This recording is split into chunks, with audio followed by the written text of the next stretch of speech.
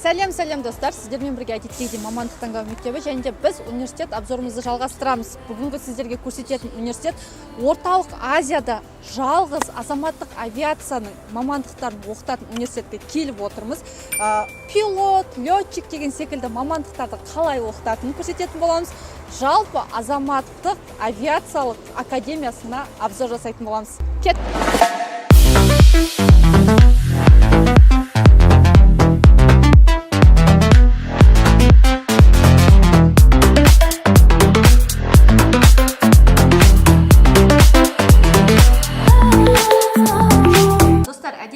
Біз әрбір университетке келген кезде ең бірінші әрбір мамандықтар туралы, қандай мамандықтар оқытатын туралы сұраймыз. Сонымен бізге бүгін сол сұрақтарға Сүлеймен мырза жауап береді.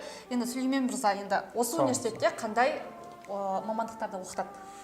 Бір мамандықтардың бірі әуе кемелерін техникалық пайдалану.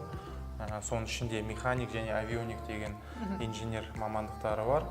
Механик айтсақ сыртқы ұшақ пен тікұшақтың инженері, соны ремонттайтын адам. Ал авионик ол жаңағы ішкі құралдарын, ұшақ пен тікұшақтың ішкі құралдарын жасайтын адам. Қазіргі кезде мысалы мынаяқта механиктердің Як-42 деген самолеттің турбо винтовой двигателі, салмағы 2 тонна.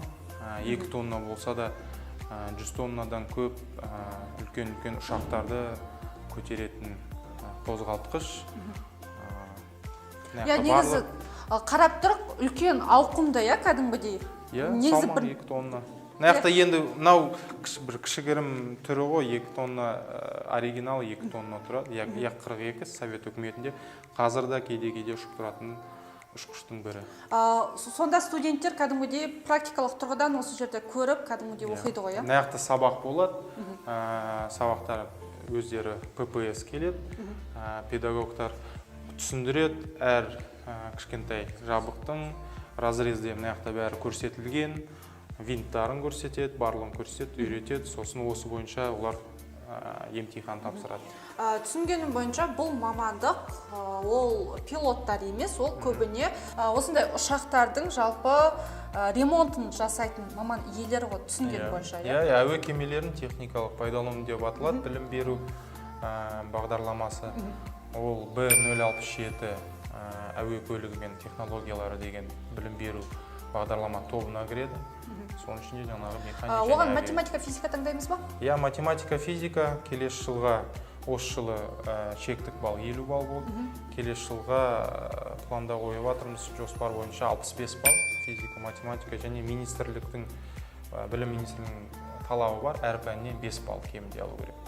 Өйткені оның алдында болған адамдар 65-67 алып, бірақ басқа пәндер 2 болып қалған кезде. 3-4, сонда ешкім ала алмайды, ешқандай жоғары оқу орны. Бізде сондай талапқа сай.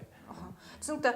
Енді қосымша мен осы үнемі сұраймын да, бұл университетке түсу үшін қосымша тағы да физический нормативтер ондай тапсыру? Нормативтер жоқ, нормативтер көбісі жаңағы военный училище дейміз, сояқта казарменное положение болса, сол кезде ғана сондай. Ал бізде нормативтер тек қана әскери кафедраға арналған, олар бірінші курстан кейін өздері отдельно төлеп немесе грантқа түседі. Жаңағы Б067 білім беру бағдарлама тобының ішіне тағы бір мамандық кіреді, әуе қозғалысына қызмет көрсету, ол авиадиспетчер.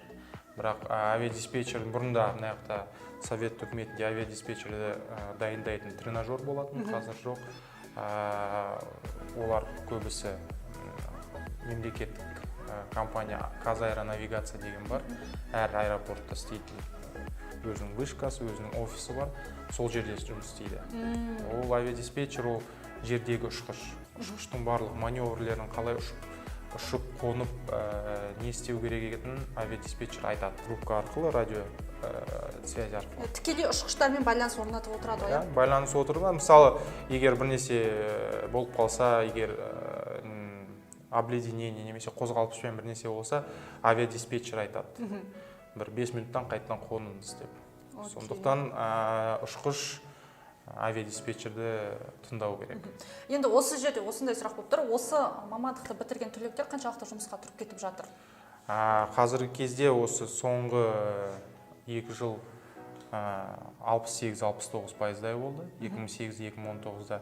2019-2020 жылдардың түлектері кішкене пандемияға байланысты індетке авиацияда өте аз, олар 35%-дай. Бірақ қазір соны жұмыс істеп жатырмыз. Індет біткеннен кейін бәрі орналасады деп ойлаймыз. Түсінікті.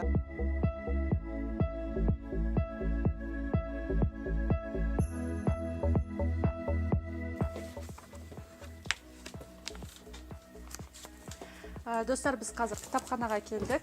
Айта кететін ақпарат, жалпы авиационный кітаптардың барлығы қазіргі таңда, яғни 7800-ден астамы электронды форматқа өзгертілді. Себебі білесіздер, қазір карантин, көптеген студенттер өздерінің мамандығына қатысты кітаптарын ала алмай қалуы мүмкін. Кейбір университетте, осы университеттің бір плюсы, осы кітаптардың барлығын электронды форматқа көшіріп, студенттерге үйінде отырып та оқуға мүмкіндік жасады.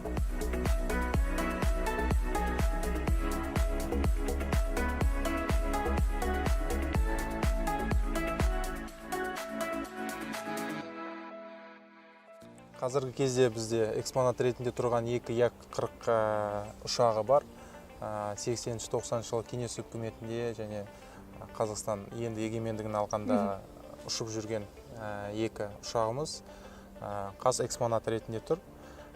Көбісі Азаматтық авиация академиясына түсем дегендер көбісі пилотқа армандайды.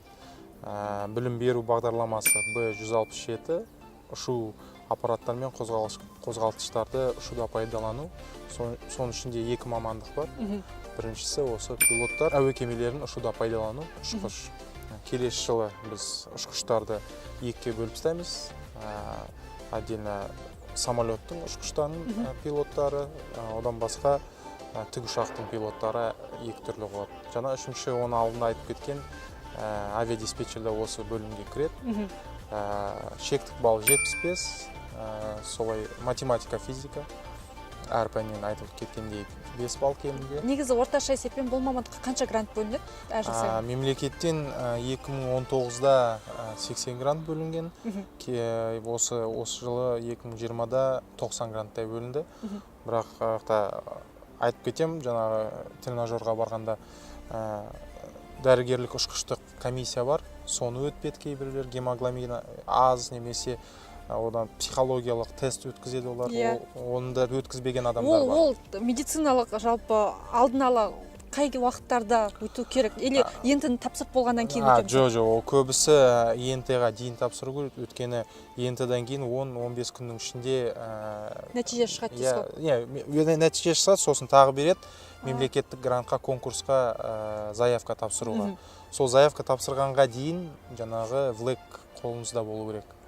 Оны именно осы университетке келіп алдын ала тапсыру керек па, или басқа жерден өтесек бола ма? Ол 2 жерде ғана өтіледі. Тек қана біздің түлектер емес, оқушылар емес, Қазақстан барлық авиадиспетчер мен ұшқыштары өтетін жер. Алматыда аэропорттың қасында Қазаэронавигацияның медициналық центр бар, сол жақта. Және Нұр-Сұлтан қаласында аэропорттың ішінде аэропарк деген медцентр бар. Сол 2 жерде ғана өтеді.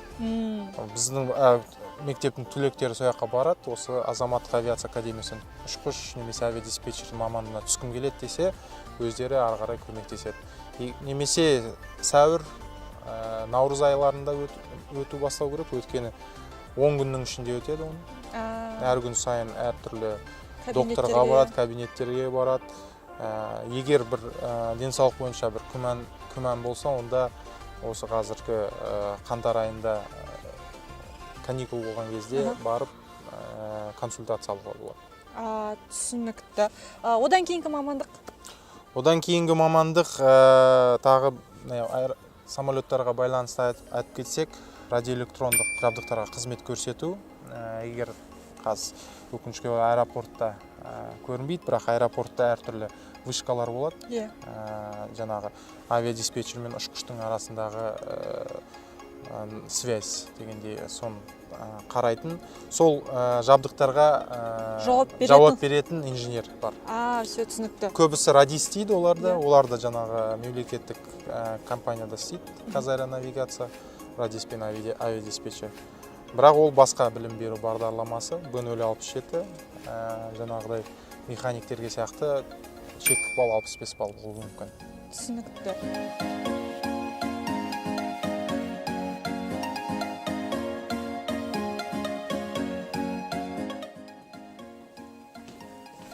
Жатақханаға обзорды жалғастырамыз. Әдеттегідей, как положено, барлық мебель бар, шкафтар бар, көріп тұрсыздар. Свет жасап тұр, қосымша Wi-Fi, читальный зал, әдеттегідей кез келген жатақхана секілді көріп тұрсыздар. Перде кәдімгідей келіп оқып, жатып оқып, сабақпен қатар алып жүруге болады. Және де қосымша айта кететініміз, бұл жаққа басқа мемлекеттерден де келіп те жатып, кәдімгі осы жаққа келіп, студенттер оқиды, білім алады. Достар, біз қазір пилоттардың тәжірибелік дағдыларын қалыптастыратын жалпы Airbus A320 тәжірибелік залындамыз. Осы жерде көріп тұрсаңыздар да, мына жерде пилоттар кәдімгі тәжірибе, практикалық дағдыларды қалыптастырып жатыр. Кәдімгідей самолетта отырған секілді.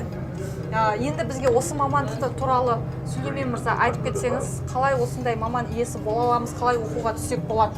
Жаңа оны айтып кеткенде, әуе кемелерін ұшуда пайдалану деген ішінде ұшқышқа түссеңіз, 2-3 сағат живой налет болса, одан басқа 20 сағат осындай тренажер өту керек. Олар көбісі өзара қарым-қатынасы, көріп жатқанымыздай ағылшынша сөйлеп жатыр.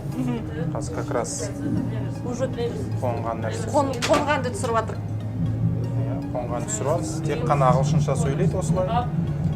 Яғни ағылшын деңгейі өте жақсы болу керек қой? Ағылшын деңгейі жақсы болады. Емтиханда болады 3-4 курста ATPL деген сонында тапсырады ағылшынша 9 пән бойынша осында 20 сағат тренажерлық тәжірибе өту керек. Одан басқа симуляторға көрсетемін. Бір мотор және қос моторлы самолетқа тәжірибе. Және де біз жаңа осы кезде қонған кезде кәдімгідей самолеттағыдай сияқты шайқап тұрық, осы кезде де бір басқаша ощущение келіп тұр. Енді соңғы сұрақ, осы мамандыққа кәдімгідей физика-математика және де төмен ең минимум қанша балл? Ең шектік балл 75 балл, физика-математика және дәрігерлік ұшқыштық. Енді келесі жылы тағы ағылшыннан B1 уровень керек, pre-intermediate. Соны ENT-ға дейін келіп ішкі емтихан тапсырады. Сонда кәдімде келген кезде біз ағылшыннан экзамен тапсырамыз, уровень как минимум pre-intermediate болу керек. Түсінікті. Біз жаңа ғана A320 Airbus тренажерынан шығып, мына Boeing 737 тренажерына келдік. Өкінішке орай бүгін студенттеріміз практика Airbus'та өтіп жатыр. Бірақ жаңа Airbus'та көргенде Boeing'та да бәрі кәдімгі Airbus пен Boeing'тің ішінде құралдары бәрі отыратын, дәл сондай 100%. Енді екінші айтатын нәрсе жаңа қыздар көрініс, қыздарда ұшқыштыққа түседі. Көбісі... Мысалға, ер бала ғана оқиды деген секілді бір ұғым қалыптасып қалған, негізі қыздар да оқиды. Стереотип бар, сондай. Қыздар да оқиды. Осы жылы мысалы 65 ұшқыш алдықта, оның ішінде 7 қыз бала. 10%, 15%. Қыздарға алып кету оңай ма? Өте қатты қиын емес пе оны? Өздеріне байланысты, ол тек қана психологиялық тұрғыда болса да дайын болу керек, барлық спектр бойынша. Бізде бар, бір 2-3 қыз бар, мысалы, ұшқыш болып істейді, тікұшақтың ұшқышы болып істейді. Ол әр баланың өзіне байланысты. Енді осы жерде сұрап кеткім келіп тұрған сұрақ, оқудан оқи алмай шығып кетіп жатқандар бар ма жалпы? Осы жылы біз положение жасадық, академическая честность деген. Егер экзаменда сотканы пайдаланса, немесе калькулятор басқа қылықтар жасап жатса, микронаушник көп болып кетті, өйткені қазіргі жастар осындай. 100 адамдай гранттан кетіп қалған адамдар бар. 3-4 курстан. Өйткені 3-4 курста ғана ATPL деген 9 сабақты тапсырғанда Қазақстанның авиациялық администрациясы бар, солар келіп емтихан қабылдайды. Сол кезде наушникпен ұсталып қалған адамдар да бар. Өкінішті, енді соңғы 1 жыл, 2 жыл қалған кезде өтіп шығып кеткені. Ол өте өкінішті, енді қазіргі жастарға айтатым осы. Егер жақсы оқып, жақсы білем десеңіз, онда осы тек қана 10 нәрсемен өзін көрсету керек. Негізі стипендия кәдімгідей басқа университеттер секілді ма? Стипендия осы жылы 25 мыңға таман болды. Әр ай сайын 25 мыңнан алады, егер грантта болса. Ал жатақхана мәселесі? Жатақхана тек қана біз бірінші курсқа беріледі. Түгелдей 380 орнымыз бар. Неге бірінші курс? Өйткені жаңағы басқа қаладан келетін адамдар немесе осындай сфераға келетін адамдар оқушыларға кішкене үйренішті болу үшін. Әрине, бастапқыда Алматыны танымай келген кезде жатақханада жатпаса қиын болады. Бір жыл жатақханада жатады. Көбісі екінші курстар балалары егер бос орын болып жатса, онда ректордың атына арыз жазып кіруге болады. Ал көбісі 3-4 курста өздері шығып кетеді. Енді сіз айтып кеткенде мына жақта көбіне екінші курстың студенттері оқиды? Екінші, кейде 3-ші курстар. Мына жақта Алсим деген тренажерымыз бар. Қос моторлы қозғалтқыш самолеты. Дүние жүзі бойынша әртүрлі әуежайды қойып программа арқылы, Алматының әуежайы немесе Швейцария, Цюрих, Берн аэропортын қойып ұшуға болады проекттар. Сонда студент мысалға алдын ала, егер де мысалы Францияға, мысалы Парижге қарай баратын болса, Париждің уже әуежайының жолын біліп, үйреніп шығады ғой? Дұрыс. Біліп, үйреніп, мысалы әртүрлі нәрселер, егер маневрлар керек болса, оны уже жатқа білетін болады. Түсінікті. Ал міне біз енді келе жатқан мына қозғалтқыш па, не дейді? Бір моторлы қозғалтқыш ұшақ.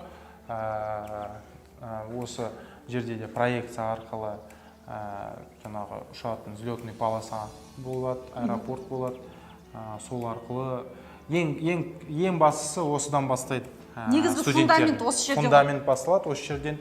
Осы жерден 50 сағат Алсиммен осы екеуінде 50 сағат ұшу керек. Одан басқа алдында 20 сағат Boeing Airbus тренажеры. Сосын отдельно ұшу практикасы басталады. Уже кәдімгідей ұшады. Кәдімгідей барып, вертолетте немесе самолетте өздері кәдімгідей ұшады? Өздері, бірінші инструкторман, 3-4 курста, сосын өздері ұшатын болады. Түсінікті, керемет. Енді ары қарай басқа мамандықтарды айта берсек, қандай мамандықтарымыз бар? Тағы қазір математика, физика деп жатырмыз, тағы бір мамандыққа айтып кетсем, білім беру бағдарламасы B095 көлік қызметтері деп аталады. Ол өте маңызды. Бірақ ояққа математика, география керек. Шектік балл 50 балл, бірақ енді ұбт бойынша көлік қызметтеріне дайындайтын жоғары оқу орындары өте көп. Сондықтан конкурс үлкен. 100-ден көп алғандар ғана грантқа түседі. Ішінде жаңағы әуе тасымалдарын ұйымдастыру және логистика дегендер. Жаңағы адамдарды тасымалдайды, груз тасымалдайды, логистикалық агенттер болады. Сондай мамандық. Көбісі жартысы қыздарда барады жерге. Логистикалық центрлар, аэропорттағы багажды алып, оны ары қарай қоятын қыздарда, ұлдарда осы мамандыққа түсу керек. Түсінікті. Сонымен осы мамандықта жалпы мамандықтарды бітірдік па, әлде тағы да бірнеше мамандықтарымыз бар ма? 1-2 мамандық бар. Аэропортта қауіпсіздік көрсету қызметі, обеспечение авиационной безопасности дейді, служба безопасности, және досмотр жасайды, келген адамдарға пассажир немесе экипажды досмотр жасайды, грузды досмотр жасайтын мамандар. Көбісі аэропортта істейді. Достар, сонымен бүгінгі біздің обзорымызда тәмамданып қалды. Жалпы сіздерге осы университетті толықтай көрсетіп шықтық. Барынша пайдалы ақпараттарды өздеріңізге алдыңыздар деп ойлаймын. Әдеттегідей сіздерге сұрақ келесі жолы қандай университетке баратынымызды комментарийға жазып кетіңіздер. Достар, сау саламат болыңыздар және де лайк пен комментарийны аямаңыздар.